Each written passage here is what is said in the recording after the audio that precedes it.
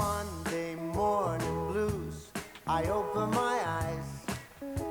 Okay, let me get seated and situated here, boys and girls, and we will be on the show. Here we go. Buck Ballard here. I know that intro was a little bit rough, but hey, I am doing this in a new way. First, welcome to Gone with Buck, a van life podcast. First confession, I don't own a van at the moment, but I do own an adventure vehicle that I do some short-term and some long-term traveling in, and we will talk about that shortly. The purpose of today's show is to give you an idea of some of the adventure vehicles I have owned, the good, the bad, and the ugly of each. But here is the problem. I have owned literally close to 200 vehicles in my 65 years, starting with 65 this month, by the way. Starting with the first car I got when I was like 12 years old, just something to tinker with. I have always been a gearhead. So I had to sit and isolate it down, and these were vehicles that I specifically bought for van life type of stuff. Something I could go travel in for days at a time, stay out for a week or two on vacation, have some fun with, do some exploring with, and they all had some purpose. So I'm going to start at the beginning. You'll notice the logo on Gone with Buck is a Volkswagen bus. And that's not misleading. Although I don't own one, that is kind of where my heart is. That represents, when you see one, what we all think of with van life. We're out, we're traveling, we're living in it, we're staying in it, we're getting around in it, we're loading our gear in it, all of those things. And that's what van life is all about, even if you're doing it in something other than a van. So I'm going to start with, and this wasn't even my first bus, but this was the first one I bought with that purpose. And we're going back to 1982. I really wanted a pop-up Westphalia. At the time, I was in Portland, Oregon. Now 82 puts me at 21. I wanted to have some fun. I wanted to be able to explore on my days off, go camping, go hunting, go fishing, do the things I could do. I couldn't afford a Westphalia, but I found a beautiful red and white 73 Volkswagen bus. That was a unique year, and it was part of the reason I homed in on that exact bus. Because if I would have gone a little older back then, I might have been able to afford the pop-up. But that was just a passenger van. 73 was the first year that the VW bus shared the same engine as the 914 Porsche. It was a little bigger, dual carburetors, a little more power. That van was in really nice shape. It did have an automatic transmission, but you don't buy a VW bus to go fast. None of them. Just not in their DNA. So I bought that, pulled the middle seat out. I still had the very back seat to put a few things on, and you could sleep on the floor. I could load all of my gear. I could go with a buddy, we could go out hunting and do things, and we did. I had a lot of fun with that bus.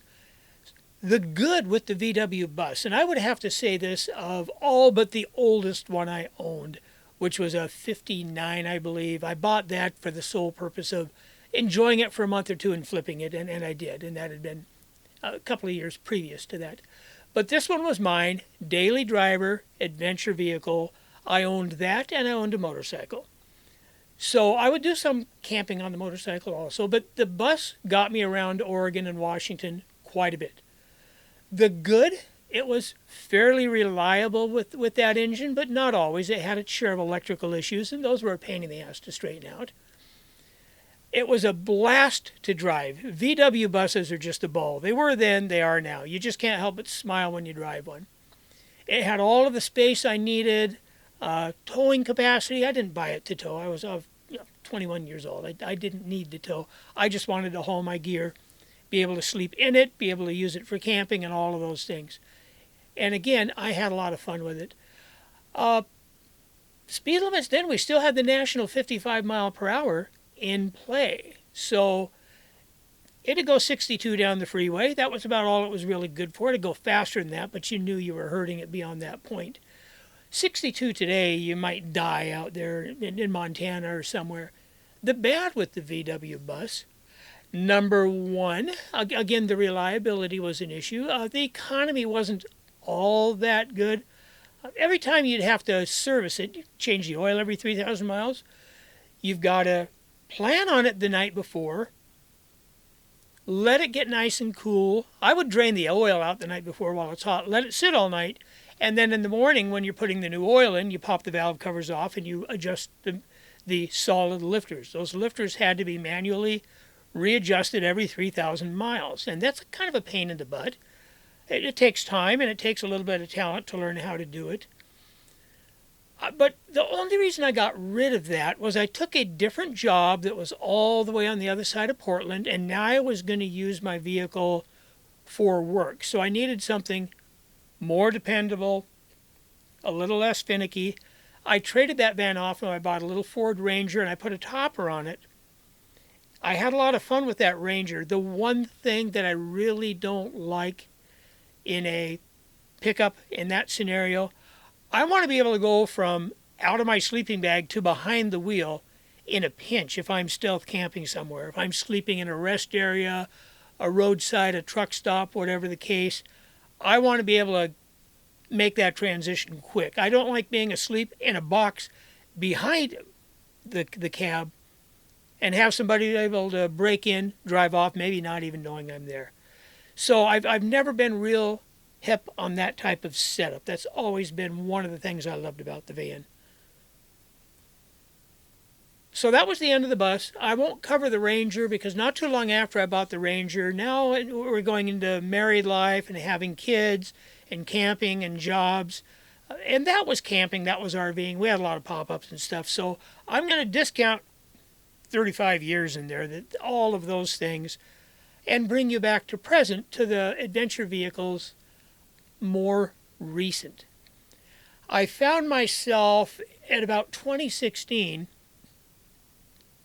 in a job that had 4 days on, 4 days off, and I had acquired 3 weeks of vacation, which meant 3 times a year I could take a 12-day run. And I could take extra time if I wanted. They didn't care. We've always lived somewhat frugally where I could pull that off when we wanted. So now I'm back to needing an adventure vehicle. And a couple of things were going on as we were approaching those times. I had a Ford F-150. My wife Chris and I bought a small travel trailer. We're doing some traveling. Now Chris is a cancer patient and has some bone issues, some bone and joint movement issues that slows her down. And traveling the van life way was just a little too restrictive for her. We decided to go the RV route. We tried to pick up and camper first just because I found a great deal on both, and that got us back into it. We decided we truly enjoyed it, but we needed more RV to more accommodate both of us. Climbing in and out of that overhead bunk in the middle of the night because neither of us go all night without having to use the bathroom. Some of those things we decided to go a little bigger, and we bought the travel trailer and the Ford F-150. So now I've got a nice truck. And I knew when I bought that truck because it was the big extended cab Ford, so it has a 5.5-foot box. I couldn't sleep in the back of that if I wanted to because I'm 6 feet tall. And I'm just a little too old to be stretching across that back seat and crumpled up in a fetal position trying to sleep all night. But it didn't matter. We were using the trailer getting around. Now we move ahead to COVID. Trying to get reservations into any of the state parks or anything and work around Chris's medical appointments. And she's been diagnosed since 2009. She's done very well, but she goes almost once a week. She has a medical appointment of some kind, and always had. It's an angry cancer, but it's been at bay for 16 years. So we've been blessed that way. She's been in incredibly good health from what was originally a horrible diagnosis. It's a cancer that's not curable, but it's treatable. And in her case, they've been able to treat it for a very long time, but it takes its toll. So everything in life has a compromise. I'm going to do the RV route. We're going to have some fun. What we ended up doing because of the reservation issue during COVID is we put it on a permanent spot. So now we have that as a second place to go. And we use it a lot on weekends and things.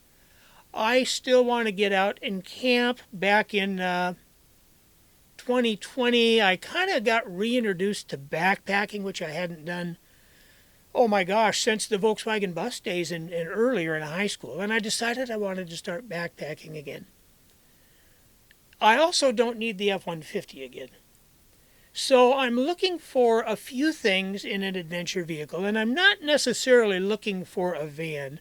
I'm looking for high mileage, or, fuel economy, not something with a lot of miles on it. I want something that's going to get good mileage. I want it to be big enough that I can sleep in the back of it and store my gear, be it my backpack, whatever. Also, I want something I can leave at a trailhead for a week and nobody's going to pay any attention to it. I don't want it to attract an eye. I want it to just blend in and not be bothered. What I ended up with was a 2010 HHR, Chevrolet HHR. Those are those little wagons, kind of a retro-looking thing, much along the line of the, what was the Chrysler PT Cruiser. We had a PT Cruiser convertible for a while, a little turbo, and we had a lot of fun with that car. This one, of course, was nothing like that. The difference between the Cruiser and the HHR is the Cruiser has a 3-speed automatic. They don't get that good of mileage. The HHR has a 4-speed automatic. It'd get 30, 31, 32 on the highway. And it was big enough for me to sleep in. Here's the downside of the HHR. When I'm going out for a week or so on my own to do my own adventures, it's tight. I can't sit up in the back. I can't get up in the morning and have my coffee without leaving the car, going around, and if it's cold or wet, I'm sitting in a passenger seat or in the one back seat I'd leave up. So that was one downside. I really would love to have enough room to get up, make my coffee, sit upright, maybe watch a podcast, maybe do a little reading, and just have that 20, 30 minutes of peace and quiet that I like to have every morning before I start my day. And I couldn't do that in the HHR. It was just a little too tight, but I wasn't in it a lot. Again, taking some time off and things. Now we're going to shoot forward to 2022. Now, I will say we took that HHR in 22. I'll start off with that. Excuse me. I am doing the show live. No editing. Boom. If I clear my throat, you're going to hear it. If I cough, you're going to hear it. If I screw up, you are going to hear it. This is record, publish, and put the video up on YouTube. And yes, you can watch this on YouTube. Eventually, I will kick these over to YouTube Live. So the HHR made it with my daughter and I to a backpacking trip all the way out in Idaho. Had a great time. We stayed at KOAs and camped along the way. When we were done with our trip out in northern Idaho on the Sawtooth Loop, we got a hotel for one night and then we camped in a KOA the second night, coming back home to Green Bay, Wisconsin. That car was a lot of fun. Now, I had a few things change in 2022. From that 4-on, 4-off job, the job itself, I don't know how else to describe it. It sucked. I was spotting trailers. I've been driving truck for years. This job was spotting trailers in a big paper mill. I busted my tail. It kept me in shape, I'll give you that. But it was not a glamorous job. It paid very well for what I was doing, and it allowed me a lot of time off. Because if you added it up, I worked 172 days a year for a full-time, good middle-class income. I was happy with that, and that was why I did it. But I had the opportunity through my other websites, my other podcast. I did some freelance writing for a company that did concert tours. So I took a job in 22, middle of the year, with them. I ended up going to work for them rather than writing for them. And I have spent the last, till the end of 24, 2.5 years of my full-time working life doing concert tours. So now I'm gone for months at a time, and when I am home, it is in the winter. Now, the one thing I enjoyed about that HHR was if it's a cold winter night, which I kind of like exploring in the winter too, I could just let it idle. I had I had both the smoke detector and the, CO2, whatever it is, the detector to tell me if any exhaust was getting in. But I could crack a couple of windows so I'd get a little breeze through, let that thing idle all night, 8 or 9 hours, and it would burn maybe a gallon of fuel. It was pretty economical to idle all night. And I wasn't afraid to do that when I needed to. When you're in a small space like that, there's just no other economical way to heat because your quarters are so close. And I can bundle up warm. Really what I'd usually do is I'd bundle up warm in my sleeping bag with a sleeping bag liner, maybe throw a couple of, those hand warmer instant heaters down in the footwell to keep my feet warm. And when I'd wake up, I'd just reach up because I could reach it without getting out of the bag, reach my arm up over the center console, turn the key, fire it up, and it would idle. So it did the job, but it was tiny. Now that I'm working and I'm home in the wintertime, I'd be gone all summer, but I'd be home in January and February. And I'd go out and explore then. I wanted something a little bigger, so I upgraded. I upgraded to a 2013 Chrysler Town & Country, pulled the seats out. The back seats. Just pulled them out, stored them. That wasn't to take passengers around in. That was to camp, explore, travel in. So when I'd come home in the winter, I'd spend some time at home. I might go over to the other side of the state and visit my son and our oldest boy and his family live over there, see my grandson and see them, do some exploring. I could go out and spend a week in that easily. My thought with van life for me, since I'm not full-time, is I can live in the space like I would a backpacker. So if I can survive in a tent with the floor print the size of a sheet of plywood, I can do the same in a vehicle. Obviously, the HHR didn't meet that criteria, but the Town & Country did. It gave me plenty of room. Now I had the room to get up in the morning, warm it up, sit and read, sit and have my coffee, whatever I needed to do. In that case, I would just get up in the morning, fire up my camp stove, and as the water was heating to make my coffee, that would heat the interior. Yeah, I'd have a little bit of condensation, but I was going to be starting the engine to drive anyway, so I wasn't worried about that. And it did okay. A little chilly at first, but once it warmed up, it was fine. And I enjoyed that van, and I planned on keeping that van quite a while. To me, that was a good compromise. Old man's gray Town & Country. Nobody's going to bother it. It's a trailhead. Windows are tinted. It just blends in. Much like the HHR, it doesn't draw attention. That was a fun vehicle for what it was. It was boring. It didn't get as good of mileage, but it still got 23, 24 on the highway. Downside, if I let it run all night, which I did once, just to see what it would do, and I was in a park and ride right across from a Quick Trip. Stopped in the park and ride. Actually, I stopped at Quick Trip, topped off the tank, hit the park and ride, didn't shut it off, let it run for 10 hours, took it back to the parking ride. Same thing. I slept nice and toasty warm, all was well. The neat thing with the Town & Country and all of the passenger minivans is they have air distribution throughout the whole van. I had a lot of fun in that van, did a lot of traveling, didn't get any West Coast trips. I didn't have time and I didn't want to venture that far in the winter when I know I was going to get called back to work end of February, early March. But I did enjoy the van. Now, when I came home January, it was January, Christmas of 23, I did Trans-Siberian Orchestra Tour. I got home about the 2nd or 3rd of January, stayed home again till like the beginning of March. And we were considering my retiring a year early at the end of 2024, which I did. And we were looking at what we had for vulnerabilities, things we needed to take care of while big money was coming in. And that was the reason I took that job. It paid very, very well. I more than doubled my income on that job and spiked my Social Security checks. So, looking over what we were vulnerable with, we had a 2013 Jeep Wrangler, and that is a unique vehicle. It's a 6-speed manual transmission. It's Commando Green, which is a color they only made for half of a year in 2013, so it's when you see one and you know what you're looking for, you know exactly what it is.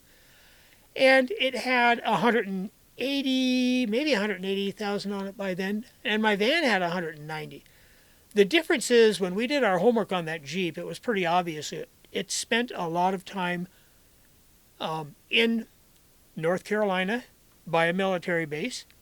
Carfax is wonderful. If you're ever going to buy a vehicle, below the $35 if you're buying it used, and get the full Carfax. It tells you a lot of full story. So we had no doubt. This thing spent some time, and you could tell by where it had its oil changes and the miles. It spent some time behind a motorhome, and inspecting it closer, it was definitely hooked to tow. It was, you could see where the hitch was attached to the frame, and it was a nice hitch because it left no holes, but you could see where it was. So when I'd fire that up with 180,000 miles on it, we bought it with 130. But when I'd fire that up with 180,000 miles on it, it's only got 184 on it now. It wouldn't blow, this was last year, it wouldn't blow a bit of smoke. It runs clean, doesn't burn any oil. That thing is in great shape. Where the Town and Country with 189, you fire it up in the morning, it blows a little smoke, it rattles a little bit. I had no doubt I could get another 75, 80,000 out of that van, but you could tell it had some miles. So we had a tough call. We replaced my wife's daily driver from the Wrangler, which was also getting a little more difficult for her to get in and out of because of the side effects of the cancer and more so the treatment. So we got her into a 2021 Jeep Cherokee, and now came the tough decision. Do I keep the van or do I keep the Jeep? The van fits the purpose better in so many ways, but the Jeep is something we enjoy together. It replaced the HHR. Now we name all of our cars, can't remember the name of the Jeep. The little HHR convertible was blue, we named it Bob. So the Wrangler we named Sergeant YOLO. And you can figure that out for yourself. It's military green, the Oscar Mike package. It's got the star on the roof, all that good stuff, or on the engine hood. It's got some cool badging to it. It's a unique vehicle, and it is our fun thing. So for me to keep the van is cutting her out of something we enjoy. So I sold the van and kept the Jeep. Here's the catch with the Jeep. I can sleep in it. There's just barely enough room. I have enough room to stretch out and sleep. I have enough room to sit up in the morning, and I've found a way to, while I'm awake, keep it warm. So I'm still doing the same thing. At night I will throw foot warmers and do my thing, and if it's minus 20, I've got the gear to survive, and I've got a way to warm it up in the morning. I think I might have done a video on that, the little gas fireplace, and yeah, some people think it's a death wish. I would never let that thing stay on while sleeping, but to warm it up in the morning with the proper precautions, I have a way to warm it. Also, if I'm going to use my camp stove, I could just do that, heat my coffee, and go. So I have a couple of ways, just like the other one, but I just barely have 6 feet long, and I don't even have a full 4 feet wide. But again, there's enough room for me, my cooler, a box full of gear, and my backpack for all of the regular things I need. So that gets the job done. And that is my adventure vehicle now. As to the VW bus, I would love to have another one, and I would take the hit on... I wouldn't get a hit on mileage because the Jeep Wranglers are not good mileage vehicles. I'm lucky to get 21 on that on the highway. They have the aerodynamics of a brick. Running it around town, 1920. Compared to the little Jeep Cherokee, we ran that out to the other side of the state just last weekend, again to see my son Don and his wife and our oldest grandson. And that got 29, just shooting along at 70, 75 miles an hour the whole way. The Wranglers just don't do that, and the automatic or the stick really don't make any difference. You get those things at highway speed. They suck a lot of fuel. But it still gives me the freedom of van life. It does stand out a little more. It might be a more sought-after vehicle for a thief, and those are things I'll have to deal with. It has a few things I need to take care of to do longer trips with me, like leaving it at a trailhead. There's no inside hood release. You pull those rubber latches and reach under, and you're under the hood. So I need to secure the hood. And I need some sort of a lockout so nobody can drive it off. I will probably just put a power disconnect in it and lock that thing in neutral, both in the transmission and in the transfer case. You know, 2/3 of the people couldn't steal it because nobody knows how to drive a clutch. You will find a YouTube video under Gone with Buck on YouTube that shows the Jeep in my camping setup inside of that. And I have had that out several times, and I do enjoy it. Do I miss the room of the minivan? Yeah, I do, just a bit. But, like this weekend, nice sunny Indian summer weekend, we took the tops off, went to the beach, drove around, had some fun. Removing and putting the tops are kind of a pain in the butt on a Jeep. A lot of people will take the top off, put a soft top on in the winter, or in the summer, and then a hard top on in the winter. But it gets the job done. So I will throw this out to you. What is your purpose in a van life vehicle? In the thing you're going to go to explore in, assuming you're looking at van life for the same reason I am. It's much less expensive. I like being able to be a little bit stealth. It's hard to be stealth in a Commando Green 2013, but not everybody knows what that is. So that's not that big of a deal. Shout out to David Freiberger. I know he owns one too. Anyway, I would love to know, beyond what I have described, what do you want out of your van? Are you looking for other things? I honestly haven't used the four-wheel drive very often. I've owned four-wheel drive vehicles before, and my general rule is four-wheel drive is a last resort to get you out. I've not done any rock crawling or any of that. Coincidentally, though, I did learn how to drive in I actually had to email my cousin to get the year, a 1947 Jeep. That was post-military, but still flathead four-cylinder, 3-speed compound transmission.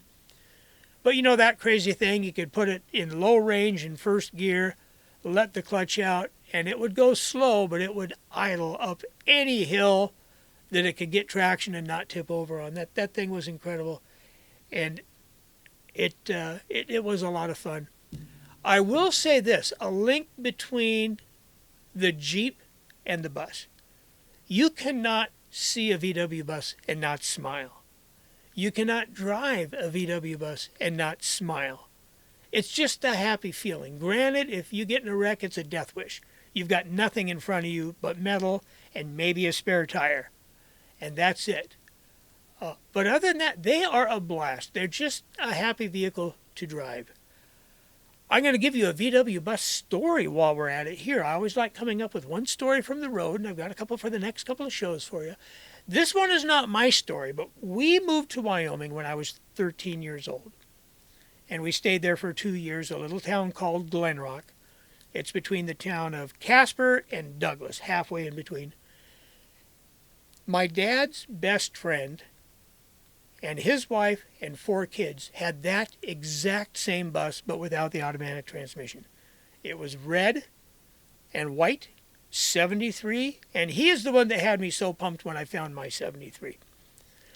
So Ralph packed up his wife, his 4 kids in that VW bus from Portland, Oregon, and set off to Wyoming. They were going to surprise us and come and spend Christmas with us, which they did. And they did not make it through the Columbia Gorge without the wind blowing hard enough to lay that bus on its side in a snowbank. So here they are, in a snowbank, van on its side, 3 boys, 1 girl, and his wife and him. They got out and pushed that thing back up on its wheels. So it must not have been all the way over. It must have been leaning somewhat into that snowbank. They pushed it back on its wheels. It did a little bit of body damage to the passenger side, but they all got out, got it back on its wheels, and continued the trip to Wyoming. Ralph, you were a dedicated friend to my dad, and I love you for it. He has since passed too. My father has been gone since 77. And it was a pleasurable, fun Christmas far away with friends and family that traveled out to see us. I have one sister come out and hang with us that Christmas too. But that takes dedication to get your kids and your wife out and push that thing back up on its wheels. Do we go home or do we continue on? No, Dad, put her in the wind. Let's just keep going. And that is one downside of the bus. The wind will push you everywhere. If you have any questions or you have any comments, I'll tell you the first place to go, because this is the first place I look. Go to YouTube, Gone with Buck. You will see Gone with Buck episode 1. I don't know what I'm going to call this yet, but I'll get there, and it should be up. This is Friday. I want to put it up Sunday night. Leave a comment there. Leave a question there. If you have topics you'd like me to cover, go right ahead. I've got the next few planned out. Eventually, I would like to start doing these live on YouTube, along with putting them in the podcast. Rather than just uploading them to YouTube, I would rather put them up live. So with that, guys, again, check out, well, I do have a website, gonewithbuck.com. There's not much there yet. It's primitive. The podcast, I host it through a company called Libsyn. That's who hosts the files. You have to store those files somewhere. So if you go to if you go to gonewithbuck.com, or no, gonewithbuck.libsyn.com, Libsyn. That'll get you to the page with all of the podcast episodes on it. Gone with Buck, there's nothing there yet, but it's there. But again, if you want to reach out, just leave a comment on YouTube, and that's YouTube at Gone with Buck. Easy to find. And I will talk to you all in a week for episode 2. I am excited to be back up and running. We will get some guests in here from time to time. Maybe some family from time to time. I know Kelly's itching to come over and do an episode or 2 with me. We will have some fun. So with that, I will talk to you all next week. God bless. Keep the shiny side up, people. Thursday, Friday, life is a bliss. Waking up with you in my arms, I've got it all, and nothing's amiss. Everything is beautiful. Sunday morning snooze with breakfast.